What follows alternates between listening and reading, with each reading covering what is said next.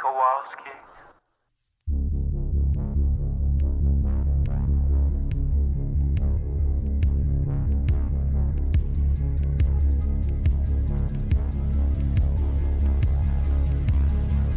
The sun is down, the streetlights are on, and you're listening to Largely the Truth with Brennan Storr.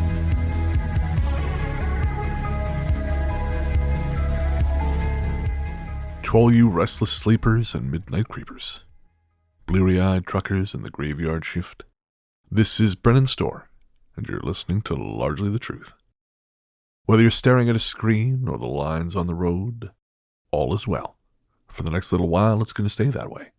Because I'm here, you're there, and together, we're going to explore the night. Welcome back to Largely the Truth. I am your host, Brennan Storr, and this is the internet's favorite podcast. The internet just doesn't know it yet. I hope this finds you well, folks. I am glad to be back. I spent a few days over in the big city of Vancouver, big relative to where I live, visiting some friends I hadn't seen since before the pandemic. And I gotta tell you, it is a nice thing to be able to do. I know all this nonsense isn't over yet, but hopefully a year from now we'll be able to say otherwise. And until then, I think it's just a matter of trying to take what joy we can. And speaking of joy, I have a great interview for you this week. I was lucky enough to sit down with author Fonda, who has written a number of books, Zero Boxer, EXO, Crossfire, and the Green Bone trilogy. And we'll be talking primarily about the Green Bone trilogy on this episode, and that is because the final installment, Jade Legacy, will be out at the end of this month. And now, you'll hear me talk about it in the show itself, so I won't dwell on it too much here. But folks, I just gotta say, I don't usually read fantasy. I have a hard time wrapping my brain around it. But after finding her work on Twitter and picking up the first book, Jade City, I ended up reading that and its sequel in about 10 days. Which, for me, given my schedule, is not something I ordinarily do. That's about 1,100, 1,200 pages. But it grabs you from the get-go. Someone who loves high drama and Hong Kong cinema and world building. We talk a lot about world building in this conversation. It's something for which I have a deep, deep appreciation. Before we get there, though, I want to remind you that if you want an ad-free feed and bonus content when available, head on over to patreon.com/largelythetruth. That's patreon.com/largelythetruth. And for $2 a month, you get to skip the ads and you get bonus conversations when available. Last week, we spoke to Elliot Wilder of The Revenants, and there is a brief bonus conversation that should be online by the time you hear this. So, again, that's patreon.com/largelythetruth. With that out of the way, it's time to sit back, relax, and reach out to Fonda, author of the Green Bone Saga. With her debut novel Zero Boxer, my guest tonight established herself as a unique voice in the science fiction field, combining technology with martial arts to produce a thrilling story of the far future. Her next two novels, EXO and Crossfire, envisioned a world where mankind is firmly under alien control until one young man joins the fight. Then, in 2019, she released Jade City, the first in what would become the sprawling Green Bone Saga, a modern fantasy epic. In Jade City, the rival No-Peak and Mountain clans rule the streets of Janloon, capital of Kekon, and home to the world's only source of bioenergetic jade. That jade fuels not only the nation's economy, but the clan's Green Bone warriors, giving them superhero-like abilities they use to war for control of their country's future. Its sequel, Jade War, broadened the first novel's scope, incorporating international politics into its street-smart martial arts narrative. And now, with the upcoming release of Jade Legacy, author Fonda is bringing her incredible trilogy to a close. Fonda, welcome to Largely the Truth. Thanks for having me, Brennan. It's a pleasure to have you here. Like I was saying before when we were talking off air, I blew through the first two books in about 10 days, which I like reading, but usually not that much. But they're just compulsively readable. And they're fat books too, so I'm impressed. When I realized the timing of everything, I thought, okay, Storr, you may have overcommitted this time, but I got there. So I'd like to talk about your initial inspiration for the series, but before we do, I kind of want to spend a little bit of time on your career path, because on a past episode of the show, I had a an investment advisor who had started out as a fiction author, and when that didn't really pan out the way he wanted, he went into finance. And you've sort of had the opposite journey. You started out in the corporate world, and then you came to writing. Can you talk a little bit about that? I had a 10-year-long career in corporate strategy and finance before I said, screw this. I want to write science fiction and fantasy novels. So I'm having a hard time imagining the opposite scenario in which I go back to finance, but I guess the grass is always greener. I have always been a writer, wrote on the bus when I was in 5th grade, wrote during biology class when I was in high school, wrote fan fiction when I was in college. So I always had that creative streak and never thought that it could become a real profession. Either I didn't have any particular role models when I was growing up and didn't envision that that I could become an author because I thought they were almost just removed magical beings. What they didn't have real jobs like lawyers and doctors and accountants. So I always just thought of it as a hobby and had a pipe dream that I would one day write a novel. The way that people say things like, one day I'm going to run a marathon, or, Right. One day I'm going to climb a mountain. And I had my corporate career going. I had a young children at the time, and a busy life that didn't really leave room for creativity anymore. And I hit this point where I realized that I was missing something. And it actually came about at a time in my career when I was in discussion with my manager as to what my next step was. And, did I want to try and aim for becoming, a marketing person? Did I want to become a general manager? Did I want my boss's job one day? And Right. I kind of had one of those life reevaluation moments where I'm doing all this career visioning stuff and came to the realization, actually, I don't want my boss's job. I don't want my boss's job. What do I Right. really want to do? I want to write stories. I used to have so much fun writing stories. That used to be my go-to place. So I decided, you know what, I'm going to cut back on my day job, get serious about this pipe dream that I've always had, because I'm not getting any younger, and committed myself to doing writing classes and setting myself goals, finishing a manuscript, trying to find an agent. And then one thing led to another, and I wrote a book. It was fun, and I thought I could do this again, and I wrote another book, and here I am. And so now your first book was not published, correct? The first completed manuscript? Yeah, my very first manuscript, I sent around to a bunch of agents and got a little bit of interest, but it didn't go anywhere. And then I wrote my next manuscript, which became my debut. Right. Has it always been science fiction for you? It's always been speculative fiction, Okay. either science fiction or fantasy. And that just comes down to what I loved to read when I was young.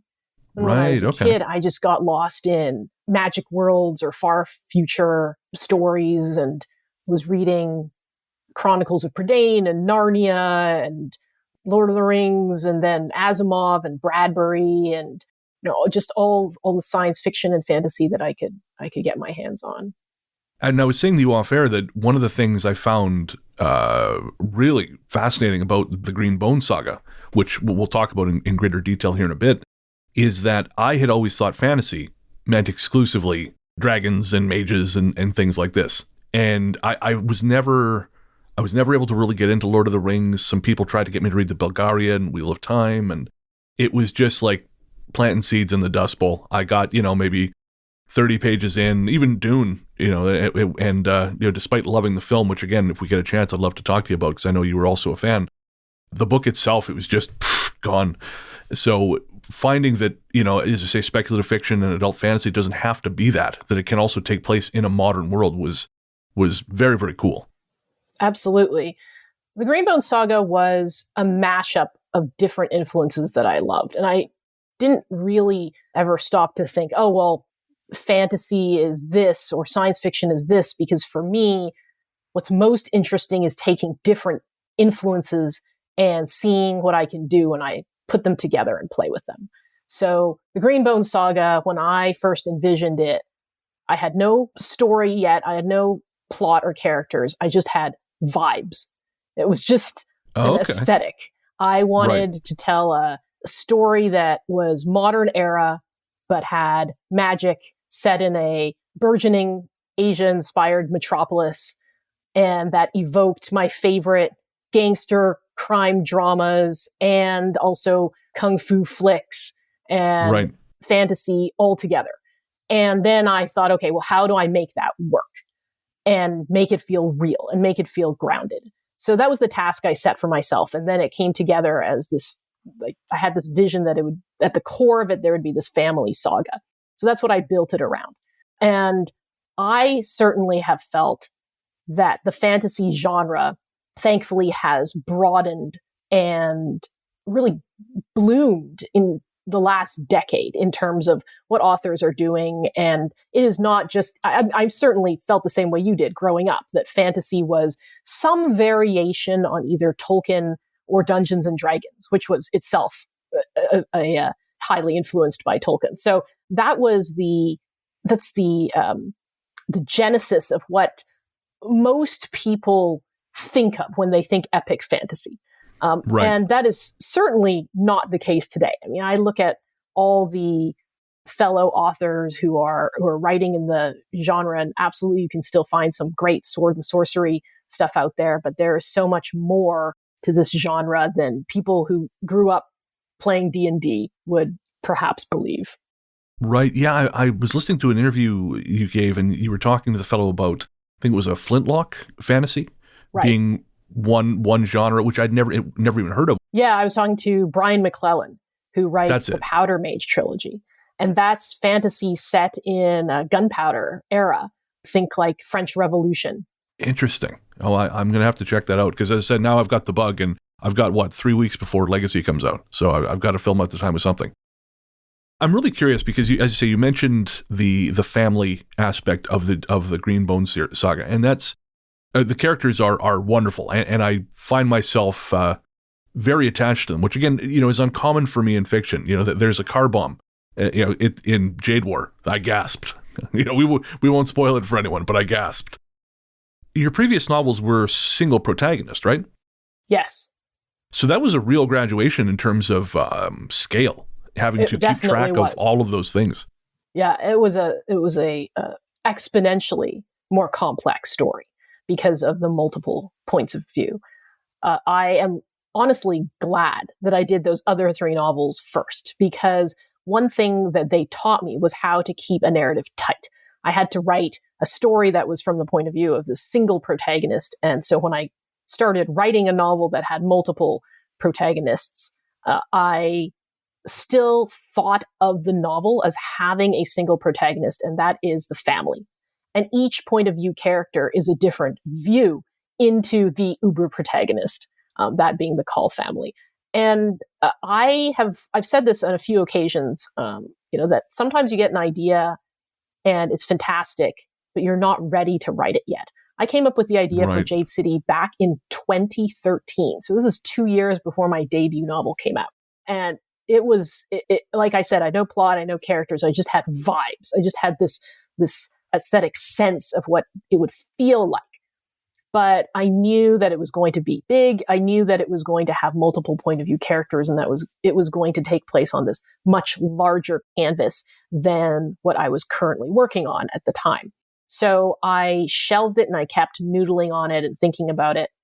And I started working on it when I felt ready, because there are times as a writer that what you want to write is somewhere above what your current writing chops are. And it's like any other skill, any other profession, you have to build up your abilities. And you can learn, of course, the only way to do that is to actually write and to learn it in the process of doing it.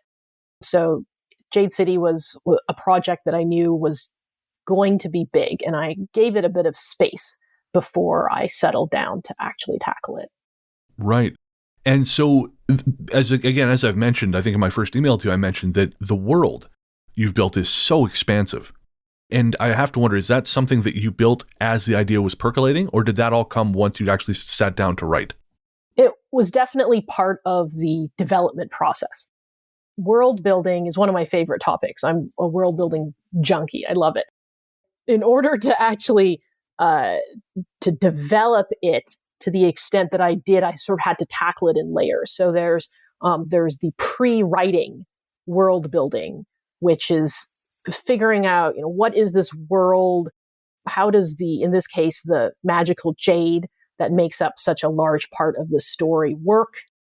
How is this society organized? What is the history of this nation? What is the culture of these people? And then along the way, there's these different layers of world building that drill down into things like, okay, what are the districts of this city?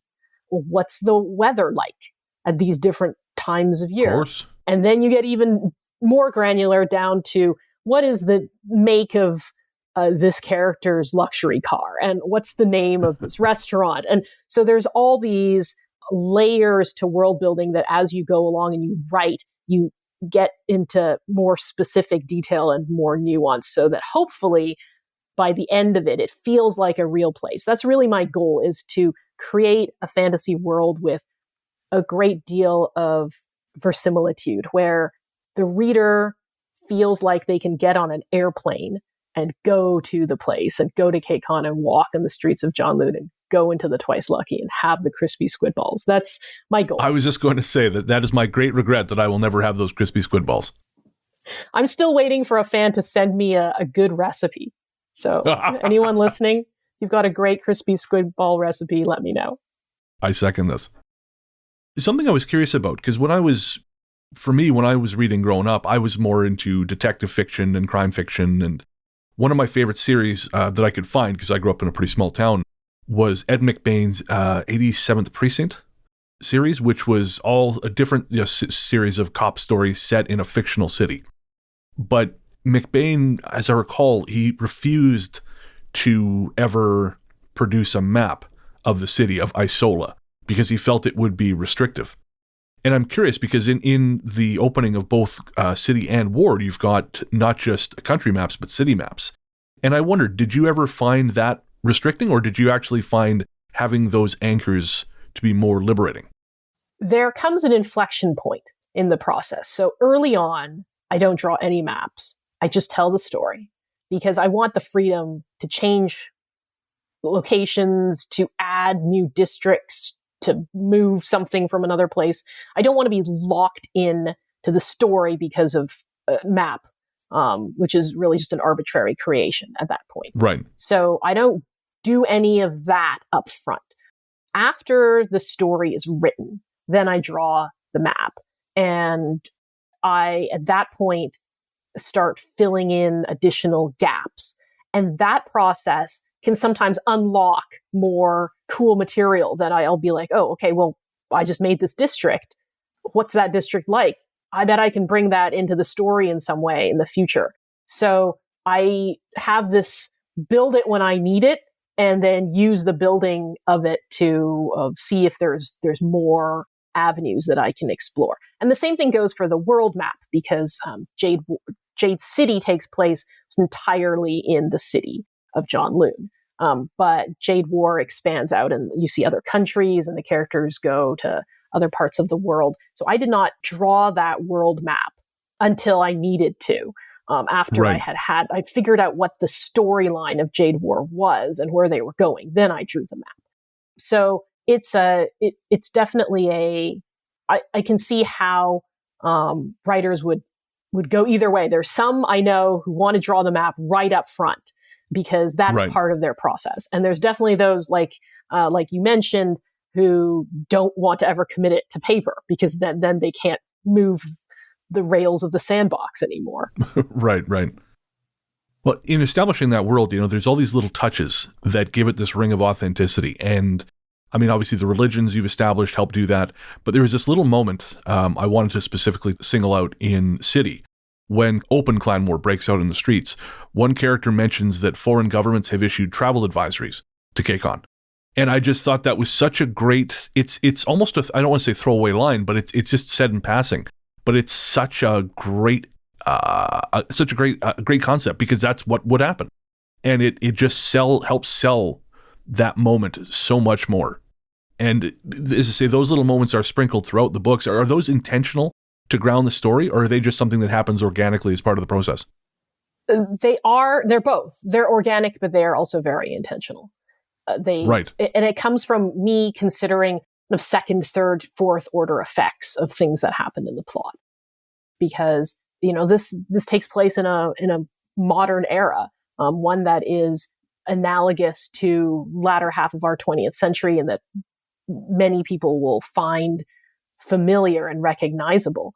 So it feels like a miss to not mention those little things that, what would actually happen under certain circumstances. Of course, there'd be journalists asking about this, or there would be, the travel advisory, or of course, if there was this substance that only certain people could use, there would be governments and organizations trying to crack the scientific code on that and make a profit. So magic in this world, and I never use the word magic, but this speculative element, the jade that gives people powers, would be just as subject to forces of politics and capitalism and societal change the same way anything else in our current world would be.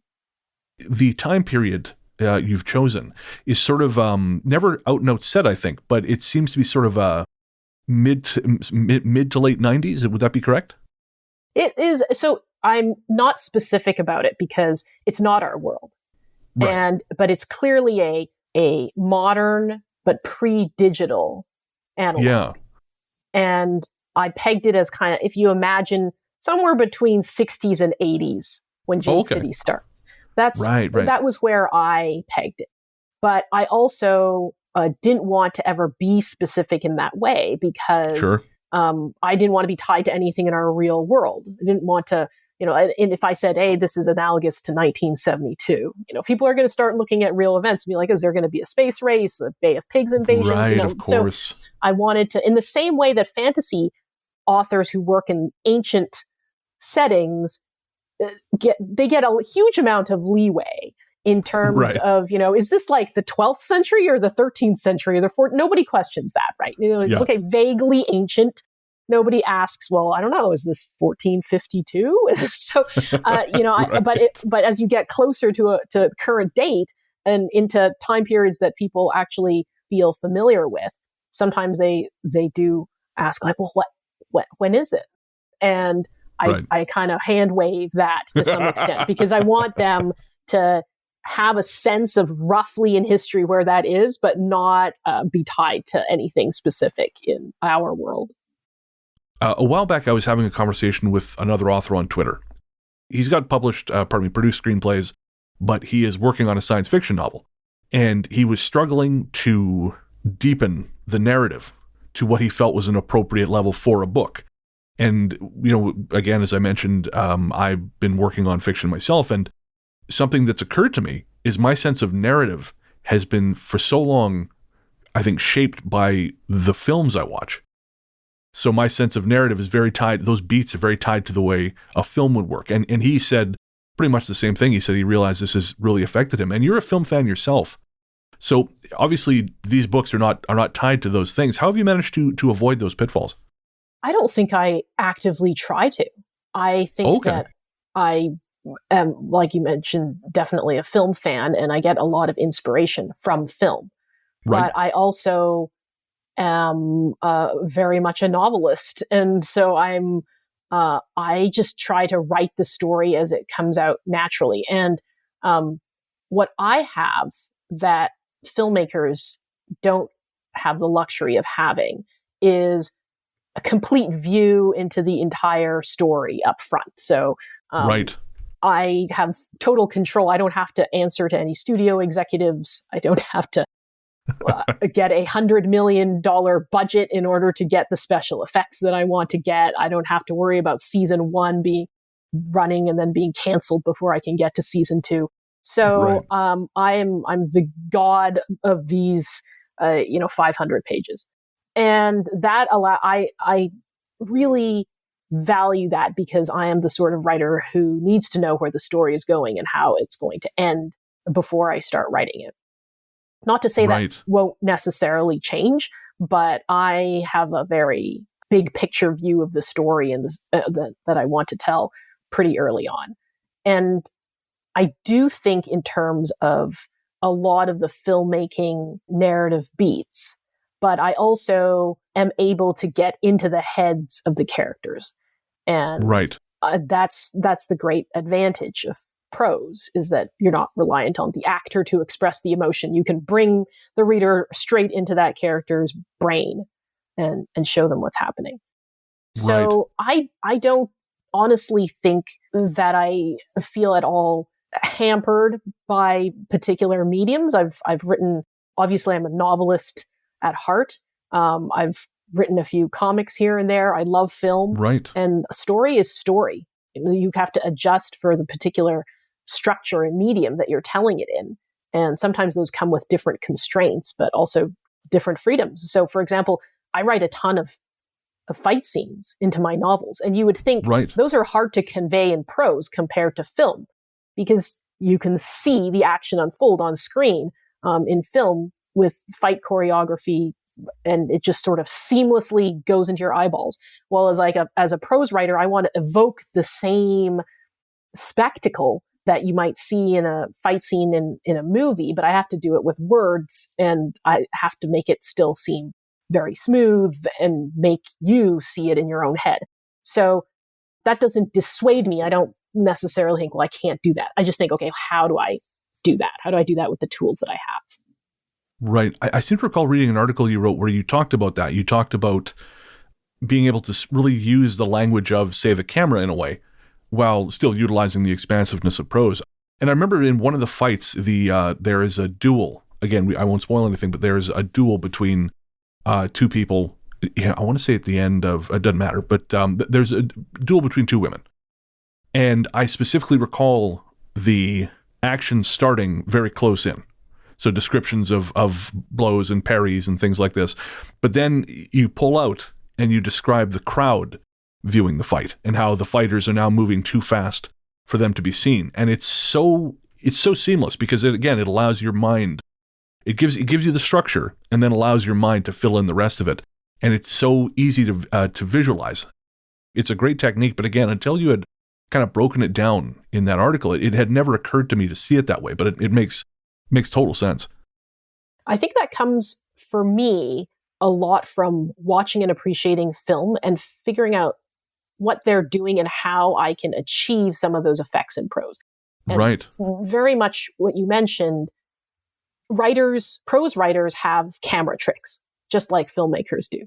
But we achieve it with our sentences, including things like sentence length and word choice and perspective and changes in rhythm. And all of that is just a way for us to change our camera angle. So going from Jade City to Jade War, in another article you wrote for Chuck Wendig's Terrible Minds, you talked about the challenges in writing a sequel and expanding that canvas. I wonder if you could talk a little bit about that. I was incredibly anxious about writing a sequel that lived up to the first book, because I'm sure you have as well, read a lot of second books or watched second films that did not live up to the first. And it's almost a cliche now that series have either the soggy second book or second book syndrome. And I was determined to avoid it. So I threw myself into studying sequels. I watched back to film. I watched all of my favorite sequels and dissected why they worked. Aliens, Godfather Part 2, Terminator Part 2, and thought a lot about what makes a good sequel. And I think one of the struggles with writing a sequel is, for many people who start writing a trilogy, if the first book they write is the first book in a trilogy, that second book is being written for the first time under deadline, with the expectations and feedback of readers, and just generally having to balance writing that second book with the sudden demands of being an author. So the second book in general is just difficult to write. And the second book in a trilogy is especially difficult to write. So writing the sequel, one of the things that I wanted to ensure was that each book in the trilogy has its own identity and its own arc. So the second book could not simply be a bridge between the first and the third book, which sometimes, sequels that feel soggy do that. It feels like nothing particularly noteworthy happens in the middle book because there's this big climax at the end and there's the setup at the beginning, but the middle is just connecting them.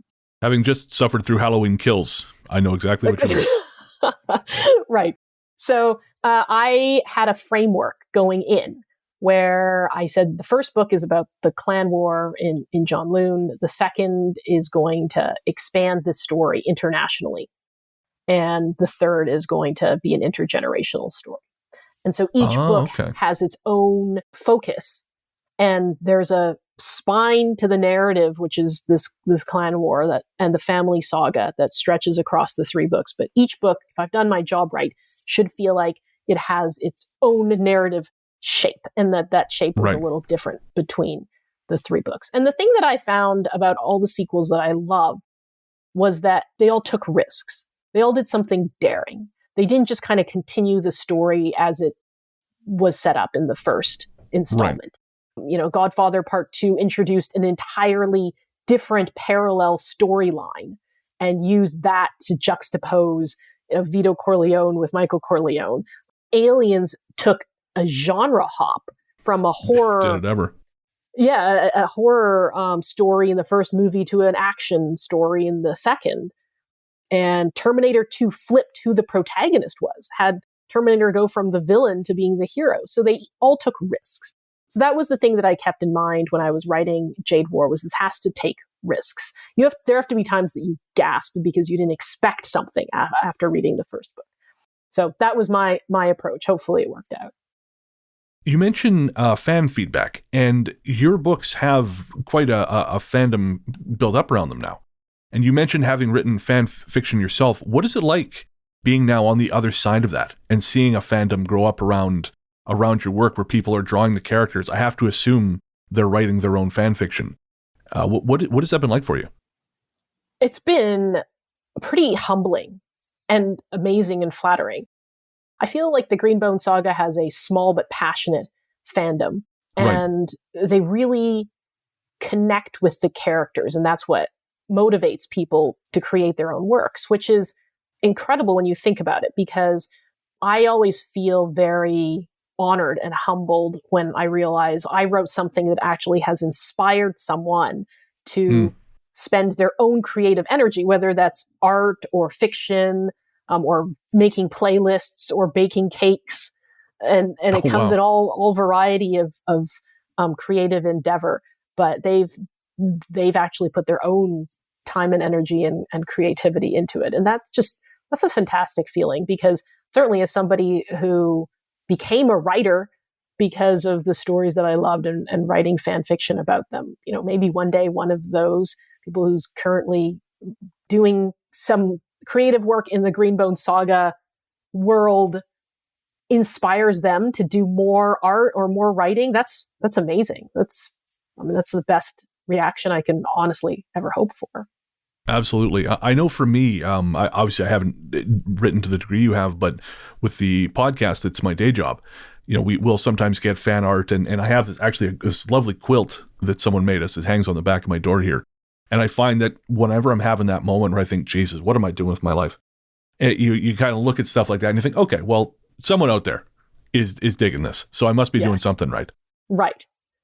You got to focus, I think, on the individual people that you've touched. And it can be hard when you have a profession like mine where you work in solitude for months, years, where you don't know if you're just shouting into the void. And sometimes you get that one email, that one message, or something comes over to you at that moment, right when you think, I should just give up on this. And, I've had a few moments like that where, some fan email showed up at a moment where I was like, this is impossible. What am I doing? Right. So those are incredibly valuable. And if there is an author work or a podcast that you listener love, it makes such a difference for creators to hear that. Yeah, I couldn't agree more. It just helps. We're all artists. We all like that pat on the back. I always tell people, because I tend to have a lot of independent musicians on the show, and I like to tell people, it's good to reach out and tell people, because it may seem like these people are distant, because there's always been, I think, for a long time, that dynamic between creator and audience, that there's a big gulf, and I feel like that has really shrunk in the modern era. But at the same time, I think there's still that psychological barrier, and I think it's great to remind people you can reach out and say hi. You don't have to be weird about it. You can just say, hey, I love what you do, and thank you. And that makes a huge difference. I think especially now during the pandemic, when we don't have as many opportunities to meet people face to face, I have always gotten a lot of joy from doing signings and readings and book events and meeting readers in person. And musicians that you have interviewed, I'm sure it's been very hard for them to play in person. Yeah. So, it's been especially difficult to connect with your audience. Going forward, obviously, Jade Legacy is coming out on November 30th. Is that the plan? Yes. Knock on wood, supply chain issues notwithstanding. Hopefully the book will be out on shelves November 30th. It's crazy to think that that's a consideration we have to have now. Yeah. Yeah, that's a lot incredible. Of authors that I know have had their release dates delayed, or just their books run out of stock, and bookstores unable to get in copies of books. That's wild. If you don't mind me asking, are the bulk of your sales still physical copies? It's about half. Oh, okay. So there's definitely a very large percentage of my sales that is ebook, right, and also audiobook. Oh, of course. Yeah, actually, I would say between ebook and audiobook, it's probably at this point more than half. Interesting. And print is still a significant percentage, but it's been interesting because I think what has happened is there are now a lot of people who are picking up the ebook, and if they like the book, either through the ebook or downloaded from their library app, then they'll go out and find the physical book to have on their shelf. So there's my sense of it, and I've definitely not done any sort of research into the matter, right, is that, first of all, print is not going away. I still personally love having print books. Yeah, me too. The role of them is changing a little bit. I think there's more instant gratification getting books electronically, or listening to them an audiobook, fitting it into your life in some way, and then for the books that you really want to have on your shelf, then going and finding the physical copies of those. I mean, I always think too, we're living in smaller and smaller apartments, so we're going to have room for less and less shit at some point. So it just, ebooks, if you're going to buy something physical, it's got to be something you really like. Yeah, I have a special edition set of my books coming out, and I'm just so excited about them because they're beautiful products. I saw that. They looked incredible. They've got the stenciling on the pages. Yes, the foil, and they've got stenciled edges, sprayed edges. So I'm just a sucker for beautiful books. I considered it. Believe me, I considered it. But again, the space issue. I'm trying. Yeah. As someone who collects movies and albums and things like this, at some point, my wife is just going to toss me out with all my stuff if I keep buying more. So, obviously that's coming out, and that is the end of the Greenbone saga. Are you finished in that world, or do you think at some point you may return to Gigon? After I finished Jade Legacy, I couldn't quite leave right away. Right. I ended up writing a novella that's a prequel standalone story to the Greenbone saga that takes place before Jade City, with different main characters, but with cameo appearances by a lot of the main cast from the trilogy. Oh, okay. So that will come out next year. It's called The Jade Setter of John Loon, and it'll also be limited print edition, and it's got some great artwork.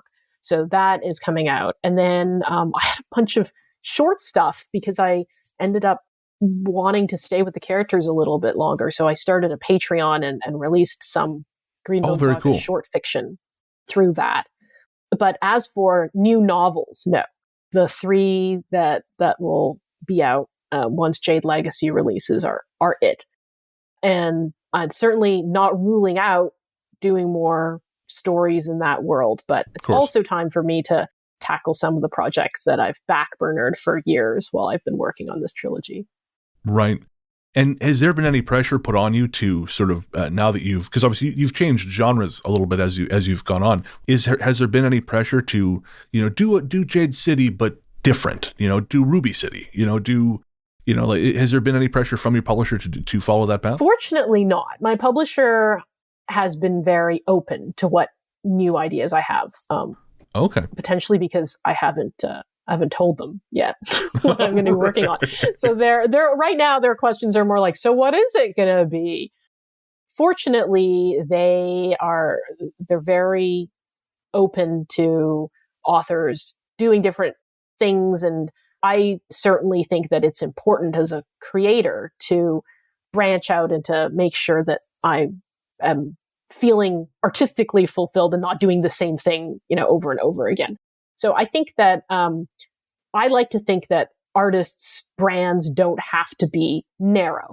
That, right. Especially in this day and age, that like readers will follow you to new ventures, even if they're, I think there's a limit, right? Like, I think if I suddenly started writing Regency romance, people would be like, what are you doing? But I'm not planning to do that. I think within the speculative fiction space, there's certainly readers who will cross over between the subgenres. And I hope that is part of my brand as an author, is that I like to play in those or interstitial spaces between the genres and to do things that are a little different. And hopefully that's something my readers want from me.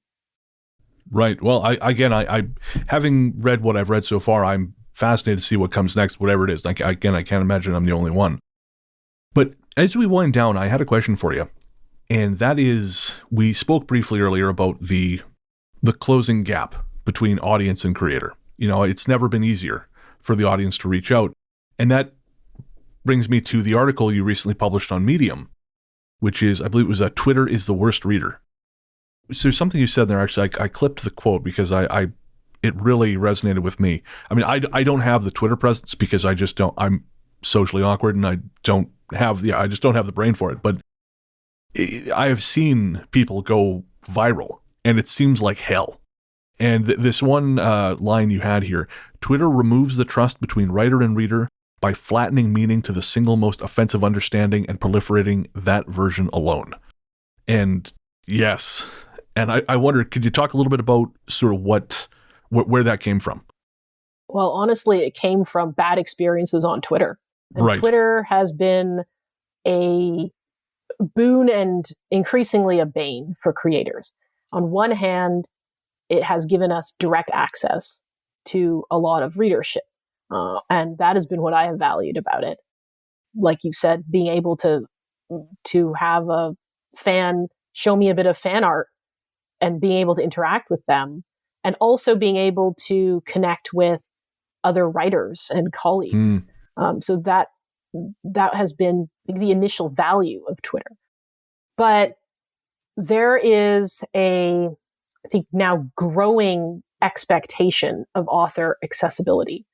And also a increasing mental health toll from having to do that and to put up with the toxic nonsense that we see on Twitter on a daily basis. Yeah. And what's strange about being a creator who's trying to manage their social media presence is there's a certain degree of dehumanization, right, that happens on Twitter, where people don't see the people on the other side of that tweet as a human being. It's all just an anonymous swirl of oftentimes angry emotions and things going viral and being misinterpreted and people being dogpiled. And so there's this, on one hand, as a creator on Twitter, you're not a person anymore, but you're also not a corporation with a PR team and a social media manager that can create that kind of wall that Disney, can create. So Right. we're kind of, as independent creators, artists, musicians, writers, we're in this weird catch-22 with social media, where do you really want your artistic life to be kind of swimming in this miasma of misinterpretation and rage tweeting and, the negativity that exists on social media? But do you want to lose the connection to readers who actually are going to find your work, like you found my books through Twitter? So Yep. it is a difficult situation, I think, for a lot of creative professionals. And that article that I wrote honestly for myself, because I was working through that struggle of how do I deal with this? And the toll that it's kind of taking on me as a creative person and, just as a human being. And it resonated pretty strongly with a lot of people. And I had just so many writers, but also all sorts of creative professionals commenting on how much it hit a nerve with them. So I don't know what the answers are. I think that shortening gap is a double-edged sword. Absolutely.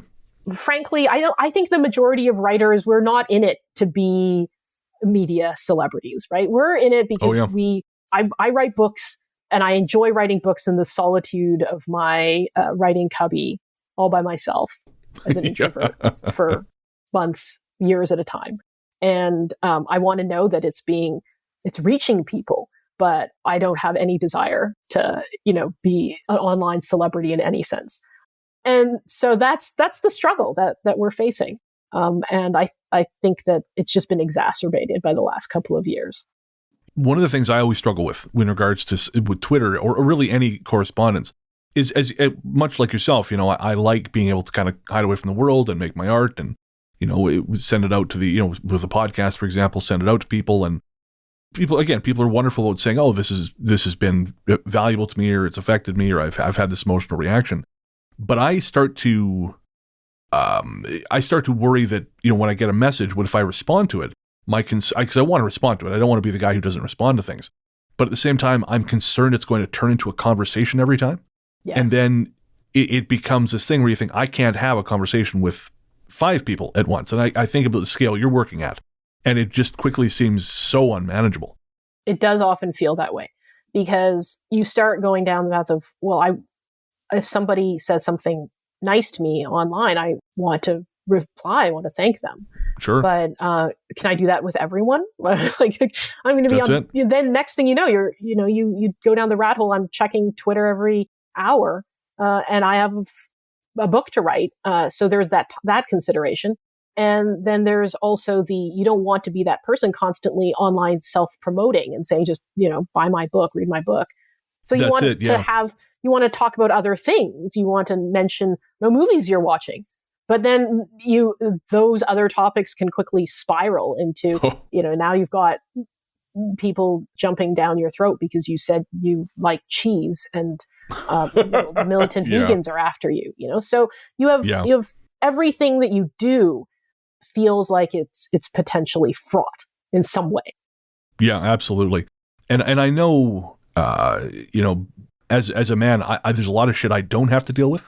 And I just, again, I some of my colleagues that are podcasting are women, and the difference in correspondence is staggering, and the difference in attitude. We had a guest on on the Ghost Story Guys once, and she was wonderful. I want to have her back. She was brilliant. It's the first time we've ever had negative comments about a guest, and they were completely unfounded. And the guy told me I'm not even going to bother repeating it because it's just idiotic. But I heard this and I thought, I was on the call with this person. This is simply not true. And it was shocking to me to see the change in attitude. And again, I can't imagine having to deal with that day in and day out in the world generally, but never mind the social media where it's right in your face. Yeah, no, it's incredibly unfortunate. And you see it over and over again. Yeah. Well, let's pivot to something a little happier before we head out here. You've mentioned that the Green Bone series was inspired by gangster films and martial arts films, and I just wondered, what are some of your favorites? Oh gosh. So let's see. You mentioned favorite crime drama. So on the Asian media side, one of my favorites has got to be Infernal Affairs, the film that got remade as The Departed, but that Right. I still really love the first one. And Election, which is a Johnny To film, but it's a triad succession drama. Oh, okay. And that's probably that's another one of my favorite gangster films. There is Japanese Yakuza film called, I believe it's Blood of Wolves, that has serious Green Bone Saga vibes. Interesting. And it's about these two detectives, and they're dealing with this Yakuza war. And if you can just kind of imagine like these two detectives being in John Loon, it's not that far off. Okay. So there's that. And then, of course, like a lot of the John Woo films from the 80s, like with Chow Yun-fat, had a vibe that definitely went into the Green Bone Saga. When I was reading the books, there's that particular look of the Hong Kong action films of that time. And that's exactly the lens through which I saw the events, sort of imagining, Tequila, in Right. in like the tea house with the birds and like that, just something about like that, the composition. That's always how I saw the John Loon. So that makes total sense. Yeah, I'm glad that came through on the page. Before I wrote the books, I watched this long series of Yakuza films called Battles Without Honor and Humanity. Oh, it's Kinji Fukasaku? Is that Yes, right? yes. Yes. Incredible. Yeah. So if you actually look at the map of John Loon in the books, Right. I have a little homage to John Woo, Johnny To, and Kinji Fukasaku in the map. Okay. So it's like the road atlas. It's like the Woo To Fukasaki like road atlas. That's great. Made a little shout out to those filmmakers in my book.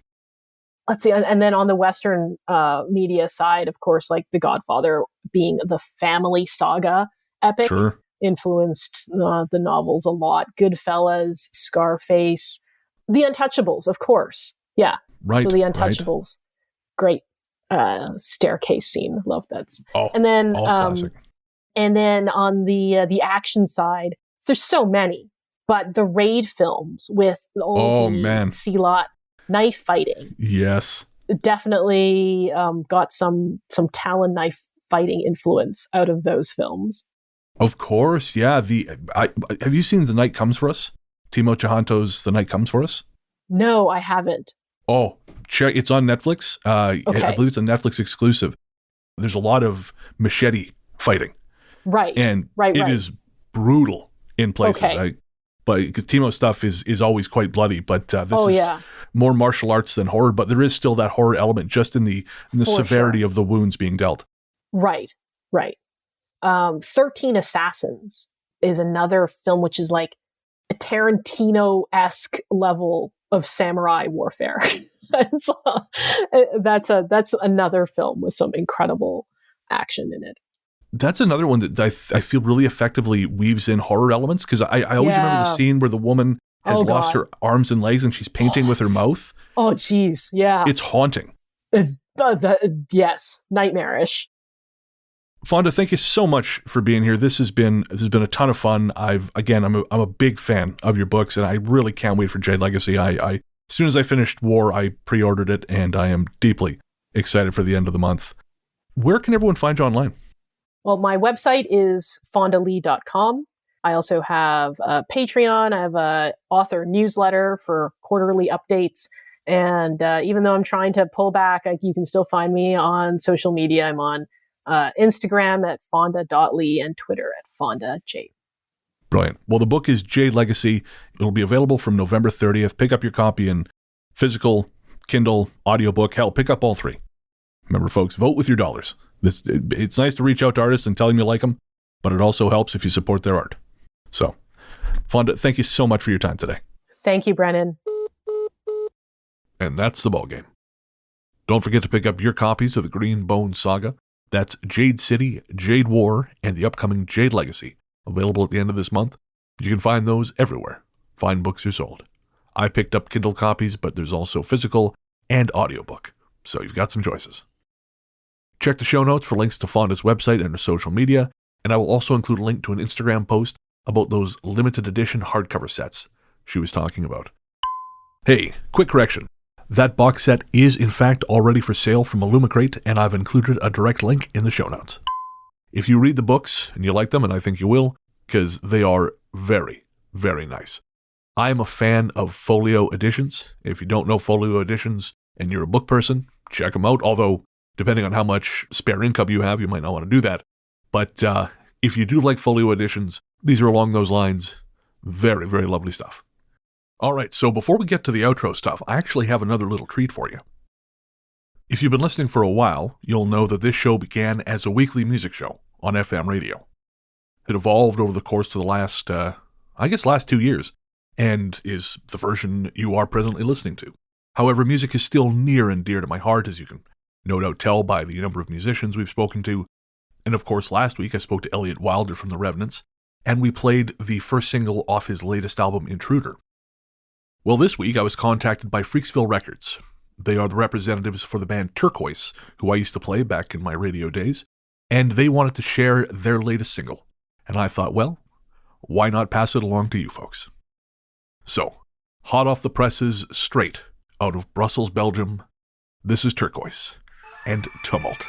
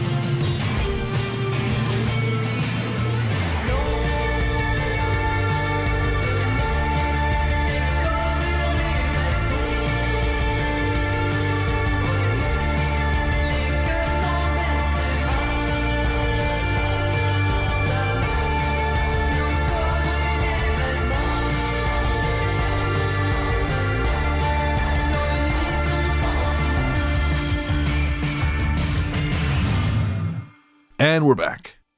That was Turquoise and Tumult from their latest single, Voix Off. And let's face it, my French is not great, so I'm probably getting that wrong. But if you liked what you heard, check out the rest of their stuff at turquoisemusique.bandcamp.com or check the link in the show notes. If you've got a band you want to hear yourself in this part of the show, I'm open to it. Shoot me an email at largelythetruth@gmail.com and let's talk. Thanks again to Fonda Lee for taking the time. Thanks too to Peter Kursov of Pizzanta Music for my fabulous theme song. You can find him online at nightharvestrecordings.com or by searching for Pizzanta Music wherever you stream your tunes. And finally, thank you for listening. Without you, there wouldn't be much point. Until next time, I hope the night takes you to the same strange and wonderful places it takes me. And remember, if you're not sure what comes next, put a call out into the dark. You never know who's going to pick up. I'll see you next time.